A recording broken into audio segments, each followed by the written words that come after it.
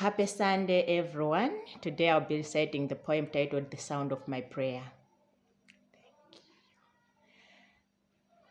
Ndili pano Ambuye ndilandileni, Tate ndili pano Ambuye ndilandileni, inu pamene kumwamba akambirana zolandira enaso tili pano. Ambuye tilandileni. I'm here, Lord. I'm here. Musatiyang'anire kumbali, Mulungu Tate, tilandileni. Ndachimwa, Mulungu Tate, zintchito zanga zakusakanizani ndi uchimo. Mayendedwe anga anyazitsa dzina lanu. Ngati ndinena kuti ndilibe tchimo, ndizinyenga ndekha, ndi chilungamo mwa ineyo mulibemo. Kwanga nkugonja kuti mundikhululukire.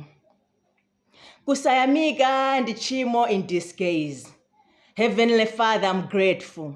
May your name be glorified. May your name be praised and worshipped. What a beautiful name it is.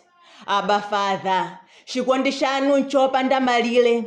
You sent us your only Son, Jesus Christ, that whosoever believes in him shall not perish but have everlasting life. He died for our sins, the sins he did not even commit. We say, thank you. Thank you. Thank you. To Jesus Christ, Mulungu Mwana, you showed up for me through trials and tribulations. Your path, I admire. Simunatisiye tiyendende pa dziko lapansi pano. You gifted us with the gift of the Holy Spirit. Dear Holy Spirit, you're welcome in this place. Do what you do best in this place, that is to glorify Jesus.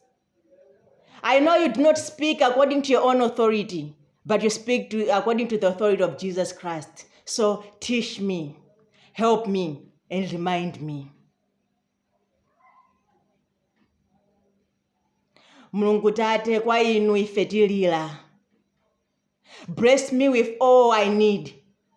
Protect me from all the enemies who are against my life. Guide my path and command my steps. Help me to accomplish the purpose that you have given me this life for. Koposa Mulungu Tate, we say thank you. We honor you for your